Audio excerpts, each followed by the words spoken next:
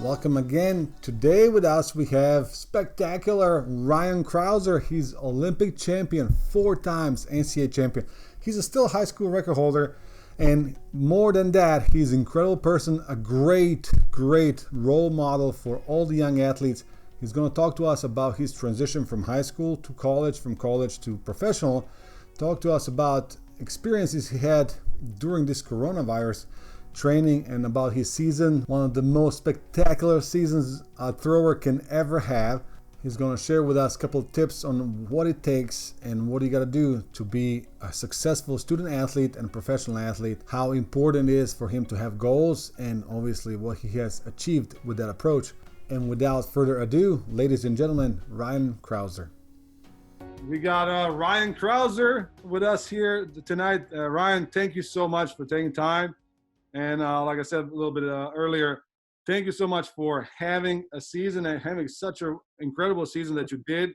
We watched, everybody, the whole world watched. And I think the way that you competed in this situation during COVID, training on the side, it was very inspirational for many young throwers. So I just want to thank you for that you didn't give up or lost the spirit. If anything, you go stronger. So thank you for that. Yeah, you're more than welcome. Thanks for having me. And yeah, this was I think it's been a year of challenges for everyone, but I was just really happy with the chance to get out and compete, and yeah, just being able to throw and put together a pretty good string of performances. So I think later on in this interview down the road, we might get into that a little bit and kind of how the year progressed and how I kind of managed to make it work. Incredible. Would you we heard the story a little bit, but not everybody heard. How did you get into throwing in the first place? We know your family has some little bit of throwing history, right? Yeah, so my family has quite the background in the throws. My grandpa was up there at the national level in, I want to say, the early 1950s, back when throwing wooden javelin. And so he had done that and had some success. And then when my dad was young, they had a jav that they all threw around in the backyard. Mm-hmm. And so my dad was a pretty good jav thrower and in high school, but he blew out his elbow and then walked on at the community college throwing shot and disc. Ended up throwing good enough, and he just picked it up his freshman year and got to close to 150 feet, went to University of Idaho, and then by the time he left, he'd got 200 feet and kept throwing for a couple of years professionally after that. He ended up throwing 220 in the disc. And then my uncle, both his brothers, Dean and Brian, Brian was a jav thrower, has the NCAA record with the old rules jav, and then Dean was multiple-time NCAA champion, over 21 meters in the shot and well over 65 in the disc. And I think 2 years when they were in college at Oregon, Dean won the shot and disc and Brian won the javelin. So between the two of them, they scored 30 points on 2 separate years. What an incredible family. Now most athletes will be intimidated by that, but you had no problems with that, huh? Yeah, well, actually, when I started, so my cousin Sam, he started throwing a lot earlier than I did. So growing up, I did everything. Started with soccer, baseball, football, basketball, kind of all the normal sports that American kids play. And I remember, well, Sam's 1 year older than me. And so I was born at the end of 92. Sam's 1 year older. So he was one when my uncle Brian went to the 92 Olympics in Barcelona. And so they have a picture of Sam in a little USA onesie that my grandma knitted with like a little bamboo stick javelin. Nice. So he started throwing when he was really young, and I remember I started picked it up once in 4th and 5th grade and just hated it because Sam was a year older and he'd been doing it for quite a while. And he was so much better. Yeah. He still threw really far. He was very confident. Yeah, he was USA high school record holder in the javelin and 2016 Olympian. We were actually roommates in Rio. And then don't want to leave out Haley, His sister, my cousin Haley, she was high school record holder in the javelin and multiple time All-American at University of Texas. And she made the Olympic trials in 2016, I believe. And well, she would have still been in high school. Wow. Yeah. Yeah. Yeah. I remember that as a coach, obviously we paid attention to those results, and it was incredible to see her throw right that far, that young, and all you guys. And now in terms of that high school, right? So how did you get transition from high school into college? You know, being an athlete, we talk about a lot about struggles transitioning into being a student athlete. But then on top of that, you had it's not like it was smooth ride for you, right? It's look at this. You have always the family that threw, but I remember during college you had a couple injuries that that could have been much worse. It wasn't easy injuries, right, with your ankle. How did you deal with that during the college? Yeah, so it's definitely a big transition going from high school to college. The obvious one is the implement change for the American kids going from a 12-pound to a 16-pound and the 1/6 to 2K discus is that's a big change in and of itself. And then moving away from home and you're pretty much a full-time student. That's what a lot of people don't realize, especially at some of the universities. I was at University of Texas and did 2 years of engineering and then switched to economics, and so I could graduate and finish my master's in 5 years. And so you're pretty much a full-time student while you're doing it, and that's a big change in and of itself. And so you're still there to be a student athlete. I mean, even when I'm done, if I'm really lucky and I'm able to go through 2028 LA, which is as long as I could possibly see myself going. That's only 8 more years, but I'm still going to use that degree for the rest of my life. So you're there to get an education, and such a small number actually have a chance to throw professionally. Maybe there's one per graduating class in any of the 4 throws that really will make a career out of it. So you're there to go to school, and that was kind of a balancing act. And I felt like I really put in a lot of work while I was in college, but the distances didn't quite show what I felt like I was capable of. And it really, really did show up once I had graduated. I went from 2173 indoors and then finished in May. And it like I made a couple of years of progress then getting ready for the Olympics. So, So to any college kid, I would say focus on school. You're there to get an education. So obviously you can train hard, but don't let that get in the way of your school. Make sure you get that degree regardless. And if you really want to be a professional, you can jump to that level once you have your degree. Don't get too obsessed with the throwing. Obviously, you're passionate about it and it's a big part of your life, but make sure you get that degree in those 4 or 5 years that you have. I love that you said that, and I think that's so important to know, right? That you yes, sport is great. Doesn't I mean, how long that can it last, right? And then when you're done with the career, even if you're great, right? Even if or the greatest like you are, right? You're gonna do something after that, and you're gonna be a businessman or engineer or something that you're gonna do that is not just athletic related, right? Even if it is, you're gonna have to run your business, right? So that Exactly. definitely helps. And I remember how much work you put into school and into training, and your time organization was incredible. I remember you guys lifting in the mornings at times, right? And Yeah. So our schedule was, we did 3 days a week in the morning at 6. We were practicing at 6:30. So kind of getting there at 6. And then you're working out by 6:30. And that was 6:30 till 8:30. Monday, Wednesday, Friday. And then back then we were lifting more. It'd be a light lift after we threw, kind of like a supplemental auxiliary lift, Monday, Wednesday, Friday, and then lift Thursday, Tuesday, Thursday, and then Saturday we had a strength circuit as well. So we were in there a lot, and it was definitely a little bit of a balancing act between setting. But the thing that a lot of people don't realize with college is you have classes during the day. So we had most of our classes were blocked off. We'd go from 10 till 3 most days. with a lunch break in between there. But pretty much 10 till 3 or 3:30 was classes every day, Monday through Friday. Yeah. When you say this, it sounds so much, right? And it is a lot. It is a lot. But what I see, and obviously you have done it, and so many athletes, student athletes, it's something about having a schedule and being organized, and your body just gets with it, right? Obviously, there's a point that you don't want to put too much on your shoulders, but this, what you just said, getting up at 6, right? This is not most high school athletes like, oh my God, I can't do it. But obviously, you have done it, and so many athletes. Now, were you afraid to go into that kind of schedule, or were you like, okay, this is what I have to do?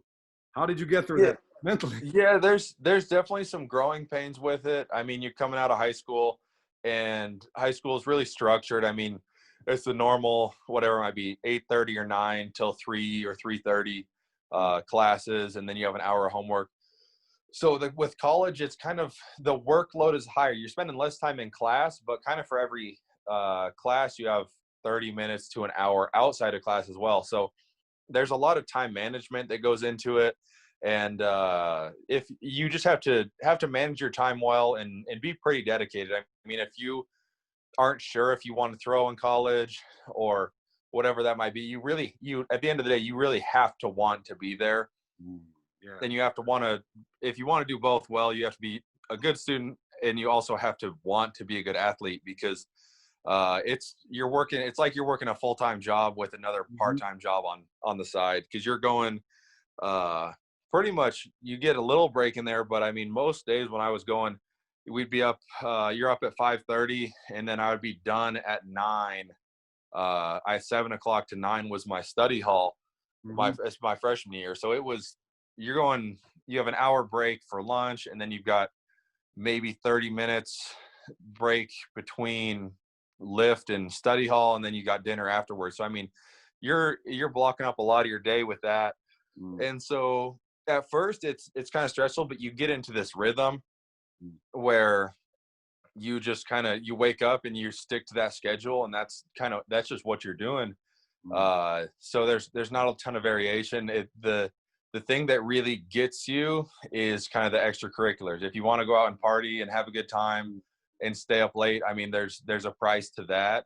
And not saying you can't go out and hang out with your friends on Saturday or something, but during the week is tough to do that, and you're gonna pay a price at some point, because you're not gonna sleep, your training the next day is gonna be down, you're not gonna pay attention in class, you're gonna get behind. So if you stay on top of it and stay focused and just take one day at a time and do what you're supposed to do, the system works. And there's been a lot of athletes that have done it, and a lot of athletes have had success. But it's when you start throwing those extracurriculars on top of it that the system kind of gets a little shaky, because you can go one night on a little bit less sleep, but you start going, you want to go out Thursday or Friday night, your Friday practice or your Saturday morning session is going to be tough. You might sleep in on Sunday, not get up and get your body moving. So you have to be there for the right reasons if you want to pursue a high level athletically and academically. Thank you so much for saying that. Us coaches, we can, preach to our athletes. It's one thing, but when you see it from an athlete who has done it, it's a completely different thing. And thank you so much for sharing that with us, because it's not easy, right? And then, but your body and mind gets adjusted to it, and it is. And you guys listening and girls, that's what you have to do if you want to be Olympic champion, if you want to be the best, right? And I love that you mentioned, right, how bad do you want it, right? Yeah. Be an Olympic champion or Olympian or a professional athlete, right? That's the price. It's not even price to pay, right? How awesome did it feel when everything came to fruition for you? Yeah, I mean, it's so many hours, and like when you look back at it, or I talk to people about it, they have trouble wrapping their head around it, and they say, "Oh, I could never do that. That's just so much time." But it's not that difficult per se when you're doing it one day at a time, really 1 hour at a time. It's so I mean, for me, I write things on my bathroom wall or on my bathroom mirror, so I see it every day, multiple times every day when I wake up, before I go to bed. And on right above the sink, like right where I look every day, it says just be present in the moment. And that's been kind of the focus for most of my career is trying to be present in the moment. All you can really control is what you're doing right now. So that might look like the week that you have ahead of you is huge and, oh, I'm not going to get through it. But at the end of the day, you're still going to be working towards it. It's what you did at each individual moment to get to that point kind of determines whether you had a good day or a good week. And looking back, okay, we put together a good month. And that's kind of how I look at my training is I take it day by day, make sure I get enough sleep, make sure I eat well. I want to look back at the end of every single day and say, yeah, I got 9 hours of sleep last night. I ate every meal I was supposed to. I ate healthy today and I trained well. And you do that one day and you feel pretty good about it. You do that for a week straight. You say, okay, I'm really making some progress. And then you go a month and you don't miss a meal. You don't miss sleep. You don't miss a single part of training. And you say, okay, I really got something done. You do that over 4 years, then you're really starting to do something. And then that's kind of the model I've trained off of since I was a freshman in college. So we're kind of up on year 9 of that. So you get a pretty big body of work. It doesn't happen overnight. It takes a long time and a lot of dedication, but that's kind of, if you want to be the best, that's the way you have to go about it. No, I love it. And that's so true. And that's so true, not just in throwing, in life in general, right? In your business, in your academics, in your family, right? Taking it day by day, and success. If you ask successful people, they don't become successful overnight. It takes years. And I love that you just said it took me 9 years, right?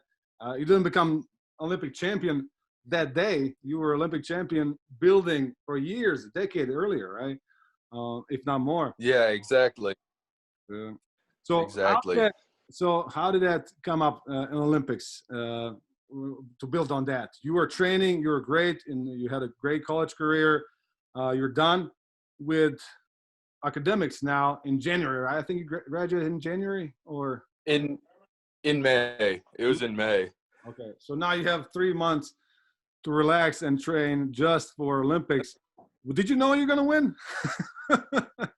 No, I went in right?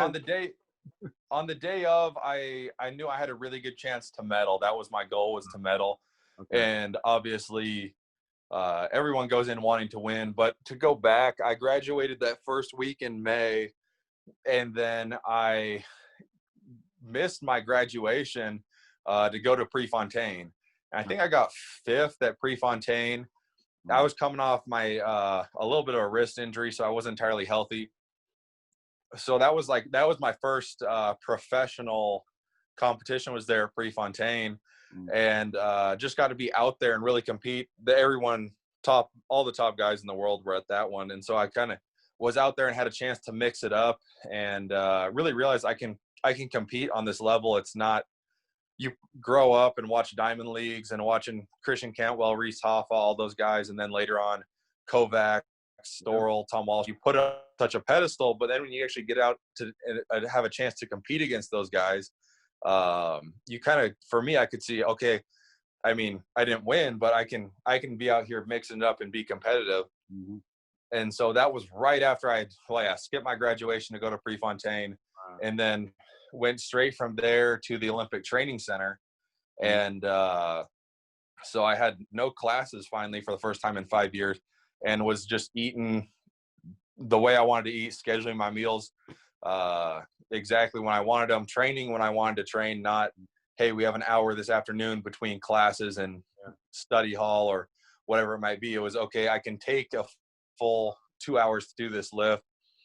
And I remember when I got to the training center, the funniest thing, I was working with Mac Wilkins, and I would throw, and I was jogging out to get my shot and then jogging back to the circle and then throwing right away. And he's like, why are you running out to get your shot and throwing right away again? I was like, well, that's what I've just been doing, because that's I have 90 minutes of a full throwing session in. Yeah, and I would and I had come there, I was throwing like 2 or 3 shots and then kicking them all back and like jogging back and forth. So it was all of my training up to that point had all been about how many throws can I get in 90 minutes. Yeah. And so he's like, all right, let's just slow down and kind of focus on each throw. And so that made a huge difference. So my practices went to be about 2 hours long for throwing, but I was not taking a ton. I would maybe take 25 30 throws. And so that's really when I started focusing on the quality of my training and be able to transition from, okay, how much work can we get in a small amount of time, to, okay, we have as much time as we want. What's the quality of training that we can get in? And so that made a big difference. And that's a college kid that I would say that wants to go to the next level. Yep. Is you'll go to the next level when you're done, and it's all focusing on that quality when you truly become a professional. A lot of college, if you want to throw that next level, is laying a foundation and getting in the whole body of work. So when you're done, you can focus on it. And that's when you really start to see some big improvements in distance. Interesting. Yeah, that's incredible. The story that you talk about the running to get the shot put, such a student athlete kind of thing, right? I got to make it to this next session, right? Exactly. You might have 60 minutes and it's all right. I know I would like to throw for 2 hours, but I've got 60 minutes. How many I need to get 30 throws in. And so the best way to do that is throw 2 shots or 3 shots and jog out, get them, kick them back, and then throwing is like rapid fire. So yeah, it was definitely just a change, saying, okay, yeah, I can slow down and focus and really focus on every single throw and execute well. So that was a big change for me. It seems like you don't leave anything to chance, because obviously, you're talking about, your schedule in college and being prepared for all those sessions and, getting up at 6. Was that the same mindset you had for this year as well? Because obviously not many people go to compete, but more important, not many people were able to train, and you didn't have a very good situation for training, right? But it didn't seem like that stopped you. No, it was, yeah, this year's been, it's been a challenge for sure. But it's really, if anything, maybe almost more passionate about it, because the whole theme of this year that I was telling my training partner and telling my coaches was, it's not what you have per se, because it's going to be so different. It's what you can do with what you have. So really this year I was really proud of myself looking back, because I didn't miss a single day we didn't miss a day in the fall or the winter, and then going all the way until the end of the season, we didn't miss a single day. Was lucky enough not to get coronavirus and not have to go through a quarantine with that. But the indoor closed on a Friday or on Monday, and then on my next throwing day was Tuesday, or Wednesday. So on Tuesday, I was at Home Depot buying a sheet of plywood. I was on the phone with Gill Athletics, asking them to ship me a toe board. And so that Tuesday I lifted in the garage and then built my ring, and we were out there throwing again on Wednesday. So, and yeah, like I was saying, it's the shot ring. I just had it set up in a parking lot behind an elementary school, just throwing off into some empty grass. And so it was a lot of improvising with this. I was lucky enough to have a garage that I could lift in but we just had a barbell and a rack, not much for weights or as far as dumbbells or anything like that goes. So we had to get creative, improvising training of, okay, what can we do with a rack and dumbbells? How can we find a way to kind of train posterior chains? We don't have a glute ham raise or a 45-degree back hyper. We don't have a lot of this stuff. So it was a lot of, we don't have a sand pit to jump in for plyo. So it's kind of a lot of trial and error, and really made me rethink a lot of my training of what's really necessary down to the core of it. And how can I be strong enough to throw far, a facility that I can throw at and do what I need to do to lay the foundation. So that was, I was pretty proud of the work that we were able to put in, especially in the face of so much uncertainty with not knowing if we would even have meets or anything. But we just committed to, the first 2 weeks were really tough because it was just, okay, we'll wait 2 weeks. And I was training the whole time, but it was kind of like, I'm in really good shape. We might have meets in a month. So let's just kind of maintain for 2 weeks and we'll know more here soon. And after that happened, it was still the same case. It was after 2 weeks, the situation was still just, well, we don't know anything. Let's give it 2 more weeks. So at that point, I just sat down and said, hey, I'm going to train like we'll have meets in September. I'm going to go back to doing sets of 10 in the weight room, high volume, start throwing the heavy shot again a little bit. and really focus. And I'm going to train like I'll have meets in September. If I do have meets before then, great. If I don't have meets by September, we'll have laid a really good foundation going into 2021. But just had to commit to a plan at that point. This is so powerful. That is so, and thank you for sharing this. This is so powerful. When you said on Monday we were shut down, Tuesday I was at Home Depot.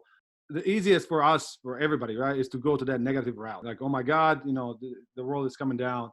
But it seems like you are watching at opportunity side as a positive side. You went to get the plywood, and I remember you made that video how you made the ring, and what a season did you have, right? So I'm sure without this approach, about proactive approach, you wouldn't have this season. We were all watching. We were all on the edge of our seats, right? On Instagram, on YouTube, on all the social media, and later on TV when you went to Europe. We were watching that, and it was so exciting to see. I'm not glad that you went through all that you had to go through because of not having facilities, but I'm glad that you did what you did and persevered and showed these young men and women that, even in times of trouble, take the best out of it. You were looking at the bright side. Yeah, exactly. I mean, an extreme case with this year with the pandemic and everything, but that's a lot of how athletics is. There's always you just have to adapt. Nothing ever really goes exactly like how you plan. I mean, you start the year and have an idea of what you want to do, but it's day to day. You still have to adapt. I mean, it might be a small injury or even a major injury that sets you back a little bit. It's always kind of trying to find the opportunities. I mean, in everything, no matter how bad it seems, there's always something that you can take away from it. Always trying to learn from everything and come out the other side either smarter or better in some way. And that was kind of the whole key to this was, yeah, we're in a really bad situation and things don't look very good going forward as far as for having meets or where to train. But if you really want to come out the other side and be better than you were, you kind of have to fight to find a way. And the whole theme of this past year was, what can we do with what we have available? Because it was really easy to focus on what we don't have, because there was a lot of stuff that I didn't have that I would have liked to have. And you're seeing some of the Scandinavian countries like Sweden, they didn't shut down. It's like, man, they've got full facilities. Yeah. They're training just like normal. So it was really easy to look at that and be like, wow, that would be nice. I'm just going to sit on the couch and not do anything today. But I was looking at this, man, I got to go out and compete against these guys. It might not be this year, but in 2021, these are the people that I'm going to have to be competing against and trying to beat. So I'm going to do everything I can right now, try to give myself a chance to be ready when facilities do open back up and I can train 100% like normal, or have a chance to compete. These are who I'm having to compete against. Yeah, I'm sure when the time comes next season, when everything, God willing, goes back to normal, I can't even imagine what kind of season you want to have. And we all wish you to stay injury-free so you can show your talents. This year, you had so many throws, over 22. We talked about this many times. You're so close to world record, obviously. But did you have a perfect throw? What was your favorite throw? Or did you feel that you didn't quite hit a throw this year, technically? The throw that I felt like I hit really well was the 2291 there in Atlanta. So that one was almost a little bit of a surprise because I really hadn't been training that well. It was kind of still just following the program. I think that was in late June or early July. And it was early July. So I was not expecting to have a meet. And so I was on 5 sets of 5-second eccentrics in the weight room. And so I was just absolutely buried in the weight room in terms of load. For me, that's one of the hardest workouts that I do in terms of kind of, you have intensity, volume. Usually when intensity goes up, volume drops down, and vice versa. But 5 sets of 5 on 5-second eccentrics are about the highest volume intensity I have. So I was not really training that well. I mean, I was still throwing on my normal schedule and lifting a lot, but not really expecting to have a meet. And my agent called me and said, hey, we have in 10 days we just found out there's going to be a meet here in Atlanta in 10 days. And so I was like, oh shoot, I really want to do a meet, but I am throwing pretty bad right now in training, distance wise. I mean, I was laying a good foundation, working on a lot of stuff technically. And so it was like 10 days. Okay, we're just going to cut back on training, do a little bit of work, but in 10 days, you can't really deload very much, coming off of 5 sets of 5. And so did a little bit of speed work and got in the truck, and we drove all the way to Atlanta from Fayetteville. And the first meet went okay. I think I threw 21.86, but I had a big warm up in like that 22.40, 22.50 range. So I knew, hey, I can throw pretty far. But that first meet was tough because it'd been so long since I'd competed, and you haven't been around people. The meet or the practices have been me, my training partner Eric Solons, and my coach Mario Satania was out. But it's such a low energy practice. So I got in the meet, and I had as much adrenaline in that first meet as I did at the Olympics, just after having trained for such a long time. And so 21.86, not bad. But not really what I was hoping for, but had a big warm up. So I knew I was I knew there was power there. And so we were there in Atlanta, stayed for 1 week. The first meet was on Saturday, second meet was on the next Saturday, and did just a lot of throwing sessions, kind of cut lifting down a lot. And in that 1 week, my throw kind of started coming back, just feeling rhythm, feeling better technically, and then finished with, I think it was 22.73 on the 5th round, and then 22.91 in the last round. And so that was a surprise because I really didn't program my training to be throwing far at that point. It kind of just happened that way. But I mean, I'd laid a good foundation. I was strong. I was pretty big at the time. And so then me started popping up on the schedule after that. So I went back and got some speed work in, started doing some plyos, just started to transition from really off-season training to in-season training. And that's when the ball really started to get rolling, with really consistently throwing far. I just didn't catch one. Like when I threw that 22.91, I was really in about like really consistent at 22, and threw that one was almost a meter farther. And so later on in the season just didn't catch that big one, but towards the end I was really consistent at like 22.50, 22.60. So really would have liked to have caught that 1 meter farther throw, which I know was there, but just couldn't quite line it up in a meet. And that's one of the hardest things to do, is just hit that big throw I also almost let it happen. You do everything you can to set yourself up for that. And it's all previous preparation. And I had done all that, and then you just have to kind of relax in the moment and just let it happen, because if you're throwing when you're tight and tense and really trying to throw far, that's usually when you don't. So I felt like I did all of that really well. It just didn't all click together on one throw and have that perfect throw. But I know it's there, and it still is a major motivator for me going forward into 2021. I don't know if I'm more impressed by the fact that you were heavy lifting 10 days before, or how long is that drive to Atlanta? That's not a short drive.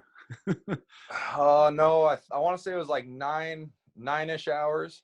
Wow. For a big guy, that's not easy. No, it was, and we went pretty much straight through. I mean, we stopped for lunch and did a little shakeout, but yeah, that was a long one. Wow. Ryan, I love it.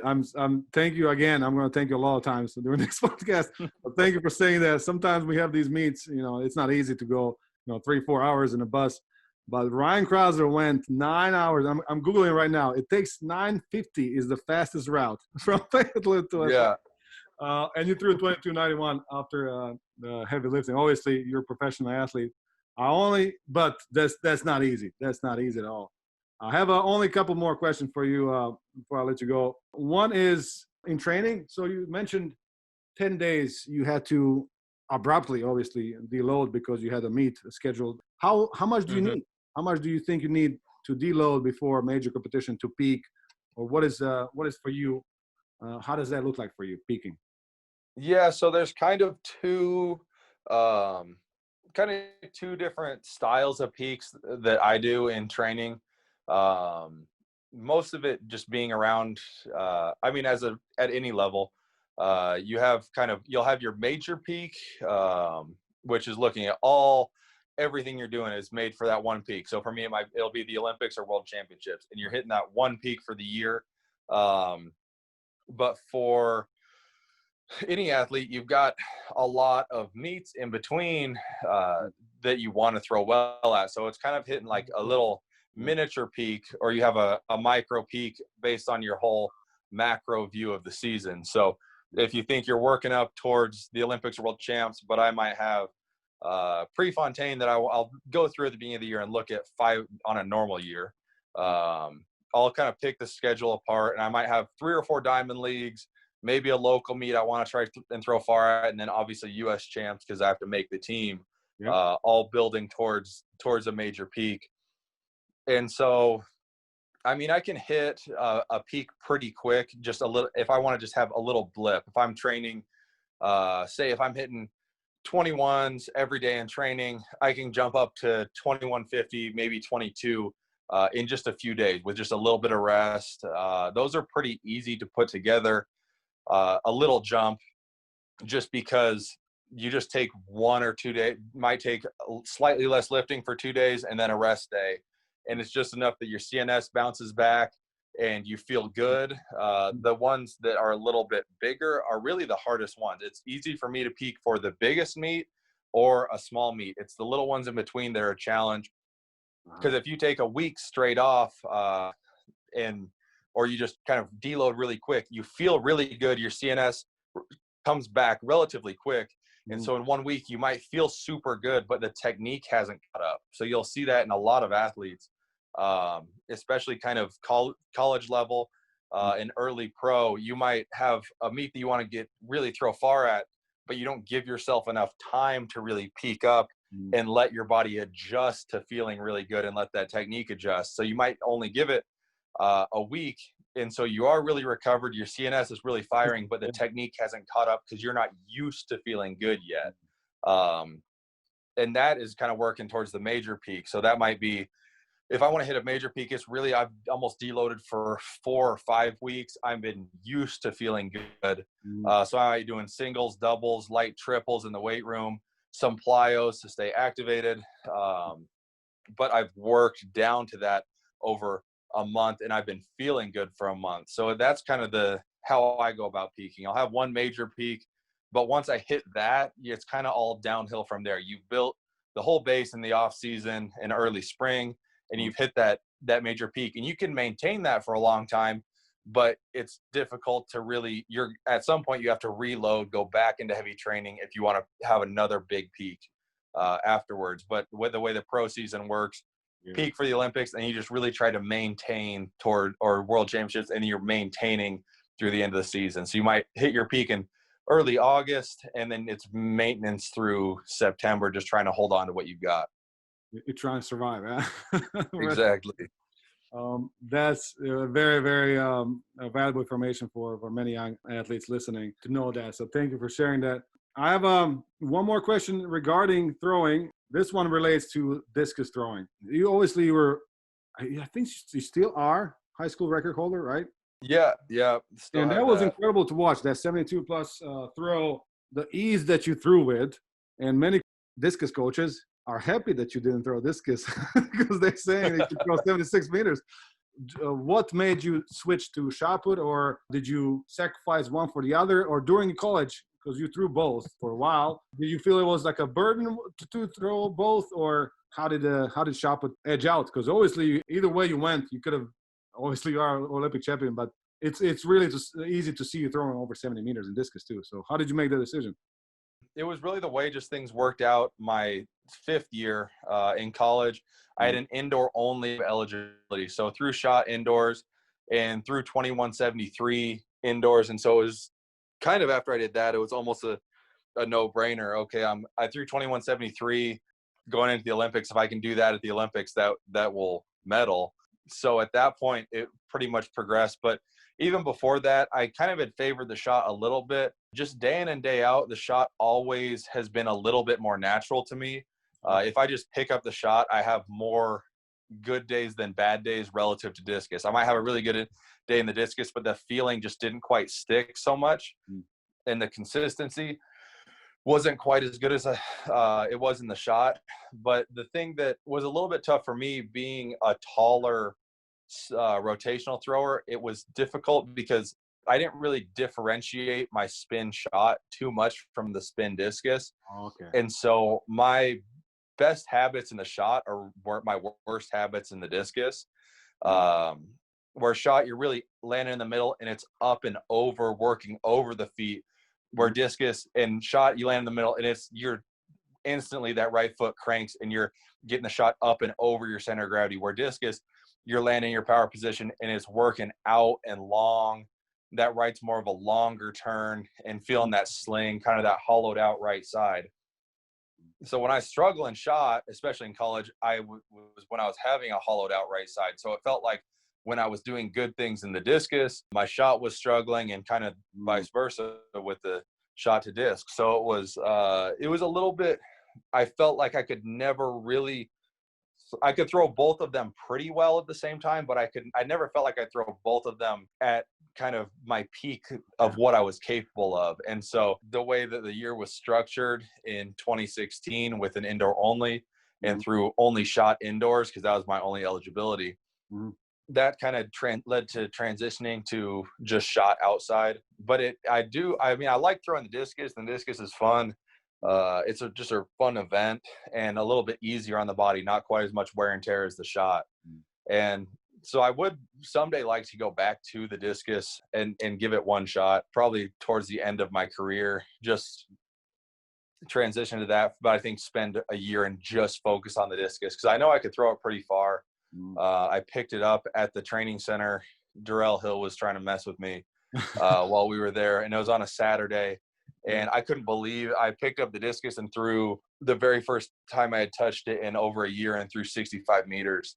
Wow. Granted, we had a pretty nice wind coming in, nice right crosswind, but yeah, I just picked it up and threw 65, and that's over my meet PR in disc. And so I was like, man, maybe I'm in the wrong event. And Darrell was saying, yeah, you're definitely in the wrong event, because he obviously doesn't want me throwing shot.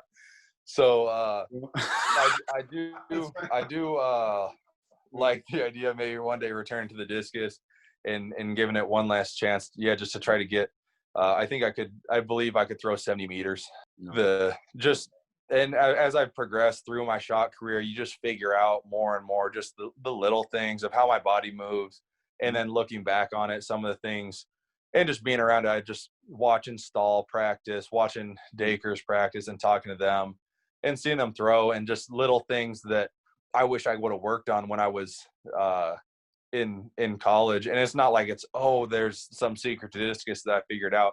It's just little things, looking back at my technique, that they might do really well, or things I've figured out in the shot that worked for me well in the shot, that if I had just like transitioning that to discus, if I had just kept my shoulders a little more level, or a little more patient out the back, feeling how my hips need to move to make the circle bigger in the shot. If I kind of think about transition that to the discus, it makes me want to throw it to just kind of see how I can apply some of the things I've learned. No, you'll be very excited to see, like you said, even if it's during towards your end of your career, to see how far you can throw discus. And no doubt, all of us, we know that you can throw really far, throwing 72 plus in high school the way you did. If you will get some training throwing 65 without training, that's incredible. So it will be very exciting to see that. So hopefully you do have a long career, but hopefully we see that 1 year, so we can check it out. Now, Ryan, last question. As I said, most of our audience is, high school, college athletes and their parents. You went to University of Texas, obviously. Well, your family didn't. I always say there's a good fit for everybody. How did you go about that recruiting process? When you were, high school athlete, obviously, how did you go around choosing a college for yourself? Yeah, so the biggest thing that I think, if I was given advice going back, and I'm really happy with my decision. Obviously, it worked out well. I remember just looking back at it. The biggest thing is choosing where I felt like I could do well in both. You're a student athlete. And so there was a couple schools I looked at that were really high on the academic side. But they didn't quite, I felt like, yeah, I'd have a great degree if I graduated from there. But I wasn't sure that I could really get to where I wanted to be athletically. And then there was a couple schools that I looked at that either didn't have a good fit for what I wanted to study, or might not have been as good academically. And so I felt like at University of Texas, I could do both of them really well. And so I felt like you're going to be a student athlete. So where can you be the best, both student and athlete? It's not really a one side or the other. You're not just going to do one or the other. You're going there to do both. Yeah. And so I chose where I thought I could do both well. And then the other thing, I remember talking to just some college athletes at the time, would be choose where you think you're going to be happy. I mean, college is a time for a lot of growth, but with that growth, there's going to be some growing pains, and you're going to have days and weeks that you really struggle and you want to go home. School might be tough, or training's not going well. I can guarantee you, if you're a student athlete, you're going to have weeks and even months when training's not going well. And so go to wherever you think that you're going to be happy. Just because if you're content and happy with where you're at, that transitions a lot into how you carry yourself and your confidence and your overall day-to-day life. I mean, if you're happy and content with where you're at to begin with, that's a huge foundation to getting to where you want to go and really executing what your goals are. So yeah, those would be the two things. Focus on where you think you can achieve your goals, which should be being a student athlete, and then be someplace that you're going to be happy to be there. Whether you're happy with the team, you get along really well with them, or you really like the city, you really like the school. It might be that it's close to home. If you're someone who's kind of worried about moving super far from home, or if you're somebody who wants to get away from home, maybe you don't want to stay and go to the college that's 30 minutes from your house, but go someplace that you think, or you'll know that you'll be happy as your day-to-day life. That's a key to being successful. Yeah. Every student athlete should look for that. And that's a great advice, Ryan. Thank you very much for sharing all that knowledge. And thank you for being such a good role model. We were, like I said, a lot of us were cheering for you this season, not just because obviously we wanted to have a season and, obviously being safe in the first place, but also because you're such a approachable athlete, such a great ambassador for track and field. With all these fans, you're always taking time, and you have your hat as well, so you have your style. Now, is there going to be a meet that you're going to walk on a horse into the arena? Is there something that's coming? I think I'm going to keep my feet on the ground for now. Stay off the horses for now. Awesome. Right. I think I might be too big for that. Yeah. Thank you so much, Ryan. Thank you, and best of luck this season. Train hard, and we're eager to see you throw again. All right. Well, yeah, thanks for having me, and thank you for your continued support. I appreciate it, and hopefully get some big throws out there for you guys this year. That was Ryan Crouser for you guys. Was it right? Right? He's an incredible person, great role model for all the throwers. Ryan, thank you so much again for taking your time. Guys, if you like this episode, click that like button and subscribe, and I'll see you guys soon.